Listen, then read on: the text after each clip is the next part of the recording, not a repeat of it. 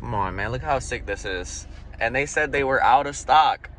The Stitch keyboard goes hard. I already know, man. Humble Honda day. But we're in line for Dunkin' right now. About to get a coffee, go home, and pop on the charts for you guys so we could do a little bit of pre-market analysis. Right now, it is about 9 a.m. sharp, so we still got a little bit of time. And yeah, I'm going to catch you guys when we get back to the crib. So today, we've got initial jobless claims, and we've got ISM manufacturing. Those are our two big things. We saw claims come out this morning. Initial jobless claims measure the number of individuals who filed for unemployment insurance for the first time during the past week. So what we're seeing here is we're seeing a previous number at 235,000. We're seeing the forecasted number to be slightly higher, and we saw the actual number to come out much higher than the previous number. And because of that, it looks like to me we might actually see a negative impact, because we don't want more people filing for unemployment. That's generally speaking a bad thing. So I don't know. We're gonna keep now. This could just be a way for them to trap people into the market, right? Because early morning, it releases at 8:30. This piece of news. And, they could just be trying to gather together some sell positions so that they can liquidate those on the buy side, which is what we're currently trying to take advantage of. I don't know. Market is right around 41,000. And like I said, today, I still can see it possibly pushing higher and higher, but we're going to be holding it for the next few days. And yeah, let's see how it goes. Hopefully this continues in our upward direction. And I'm just going to go about my life and keep doing what I'm going to do today. So yeah, I hope you guys enjoyed this little segment. Haven't made a video in a while. And I'm going to get back to you guys when I start doing some more stuff today. Because I don't like to just talk about trading. I kind of mix it up and throw a few different things in there. And yeah, this is a segment of the video that I was unsure if I wanted to make or not. But after some thoughtful review, I think it's important that I actually do add this into my conversation. As anybody who watches my YouTube videos, I care about your opinions, I care about your thoughts, and I care about this country. So this right here was an absolute shame. It was a massive security fail, and it was absolutely ridiculous. This is the Trump rally where he was shot. That's where he was standing. And that's where he was shot from. He was literally shot from about 400 feet away.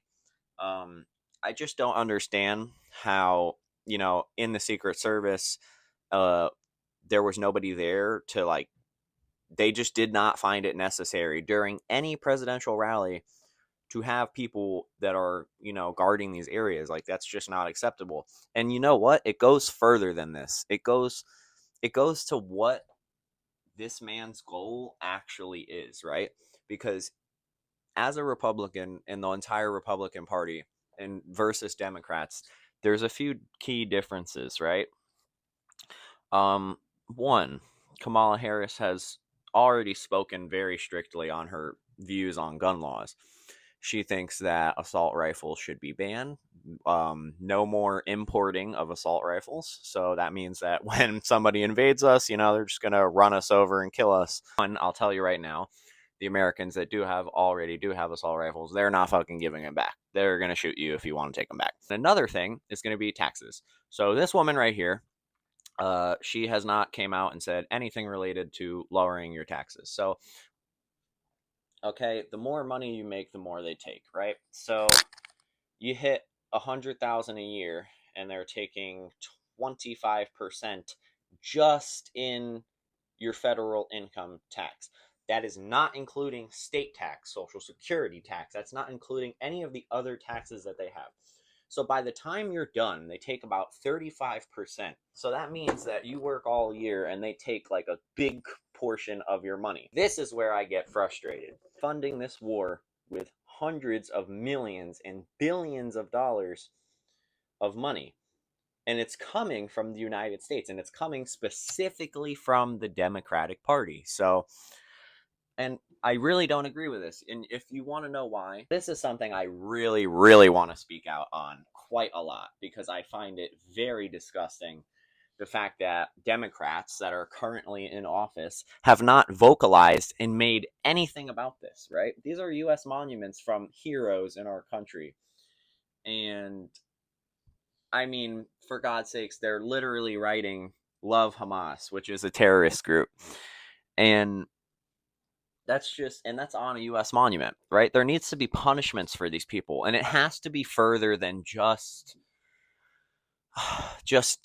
kicking them out, because they'll just come back. If you kick them out, they're going to come back. If you put them in a prison, you're going to use United States resources to feed them and keep them alive while they're in your prison. Sure, they're going to suffer, but again, it's causing a strain on U.S. economy.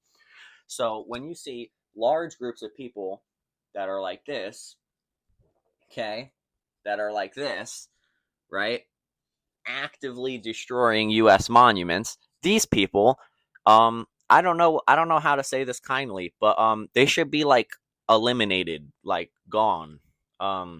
Yeah, this is not acceptable. A United States national security standpoint, I really think that this should be more strongly reviewed, because this makes you look weak. You have people that are not even armed. These people are not even dangerous, and they're fucking disrespecting our country, and it's because of the Democrats that are currently in office. This, Trump said it, and I'm going to say it again. It would not have happened if he was in office, because he's not going to let all this funding for war go through. I'm just talking about lower taxes. There was new jobs. The unemployment rate was low. He achieved a lot of things. There was lower gas prices. When you went in the cereal aisle, your box of cereal was not $8, okay? It was like fucking $3, $4. I just don't like the dishonesty, and I don't like the policies that they're creating. Democratic Party, they hold on to control, and if you look at the very top, they have a lot of control within that. For now, I'm going to get some breakfast in and keep drinking my coffee, and I'll get back to you guys a little bit later in the morning. As it stands, 9:34 a.m. right now. I'm going to check back in with you guys around 10:30, 11 a.m. and see if there is any re-entry positions that are available for us to take. And if you thought I was making it, you got me messed up. Having my wife make it for me. If you haven't made this upgrade to pasture-raised eggs, you should. A little more expensive, but you could tell the difference in the color of the egg yolk, actually. Also, cinnamon bagels, man. Another big one. I'll get back to you when this breakfast is done. Wifey's cooking up. And, yeah, I'm ready. This is the actual position we're in. And then this was my second position that I was also in. But I just actually closed this one because this one, to me, it seemed like it was too much risk. I felt like it was just going to hit the SL, because today, clearly with the negative news that came out, we actually saw a really good opportunity right at 10 a.m. because we already knew the first piece of news was negative, right? And this is 9:30. We saw the drop. And then again, right at 10 a.m., we're continuing to see the drop. Currently, as it stands, it's 10:18. For the next little while, we're probably going to see this drop, easily hitting this 250 point take profit. Now, this would be a good trade to have taken following fundamentals, like listening to what the market, had to say this morning as far as news. More unemployment claims, bad thing. Manufacturing numbers coming out worse than, typical. So it's very typical for us to see, after seeing some bad news like this, some decline. Overall, I'm still bullish. I still believe that we're going to see an increase in price. I want to overtrade. When you overtrade, you end up making poor decisions. And like I said, on the bigger time frame, we still have this bullish kind of structure, right? We still have seen the break, the retest, and I still believe that we're going to be able to see it possibly, potentially in the next, it's already pretty late in the week. It is Thursday, so we've only got one more day left, and we got some high impact news tomorrow. So My only hope is that news tomorrow is going to come out positive. And even if it does come out a little bit negative, I still do not see market going below like this kind of area right here. So yeah, we're going to take this with a grain of salt. And as we go into the next week, we are going to be looking for some bullish news. Analysis is done for the day. I just wanted to give you guys a little bit of an update on my life. After I quit the warehouse, I've just been painting, and that's what I've been doing. It's actually something that I fell in love with my father, as it was the only thing that I got to do to really bond with him. I'm really happy because I just got a $9,000 contract to do some more work, and that's coming up in another like week or so or two. And I'm just waiting back on, they're going to get a lift over there so that we could start that. Split it down the middle with my dad. I'm going to take $4,500 and give him $4,500. And yeah, we're going to use that money. I'm going to pay off my debt because your boy happened to accumulate some debt when his engine broke. Right, so I guess this is now post-market reflection, even though it's super early at 10:30. Basically, you could have, it's already moved 200 points in a half an hour, and you could have 4.89 times your money that you risked. This was initial entry point right here at 10 a.m. and 10 a.m. was the same time that I showed you that other piece of news release that was bad. So fundamentally, today is a negative day. And that does not mean that, you know, next week is going to be a fundamentally bad week. It just means that today will be. Again, I'm still in on the bullish bias, but the good trades to take today were definitely towards the downside. Your stop loss could have been as tight as 40 points here. It could have been tight as 50 points here. And your take profit you could have even stretched this down a little bit more to 250. We haven't quite reached there yet, but let me tell you, man, today has been a good day for the markets. Definitely a lot of volatility. Not very surprised by this. Lily girl, what you want, Lily? Hi, Lily girl. Yeah, so we are going to take some notes on what just happened because we need to learn from it, take something away from it, and reflect on it so that next time this happens, we can take advantage of this fundamentally. And these are the stars of the show. Winky Girl. Mama. And Bam Bam. Bam Bam. Yeah, buddy. Yeah. Oh, he's so cute. Yeah. So we got all the kitties in the world here. This is great. I love my life. Winky Girl. Hi, girly.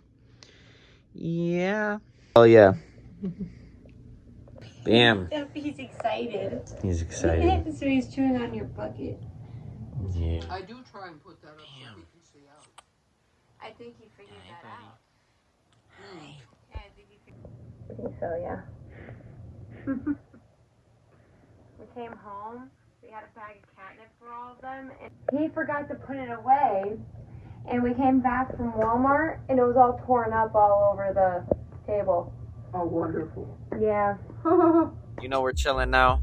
We're waiting on the Popeyes order. About to get a bunch of food. I'm fucking chilling. Doing great. Yeah, man, I just had to pick up the camera so I could film another clip because I was like, now that I got my camera roll freed up and I got this microphone and I can record again, I'm back to it. More content tomorrow for New York session. So we cooking. Color, let me know what you think in the comment section. I don't know. I think it would look fire. Matter of fact, yeah, you gotta look at this fit, man. This fit goes tough, man. She looking bad. Hey, you know we winning, but hey, I'm gonna get back to you when we got the Popeyes. Hey, we also vibing with this one too. Yeah, I feel bad for the people in there, man. That shit was literally mobbed, man. There was like 2 guys working. Hey, yo, there was like 10 people in line, but hey, we secured the Popeyes. You know that. Right, so Popeyes forgot my chicken, specifically my barbecue boneless chicken. I mean, I got everything else, though. All the food was really good. They refunded me for my chicken, and then they took my points from the order. So I'm a little tight about that. But other than that, great meal. We enjoyed it with the family, mom, grandma. Hi, Graham. So, yep, good meal, good meal. That's all I got for today. Make sure you go drop a subscribe, check out the other videos. Stay tuned for the next one.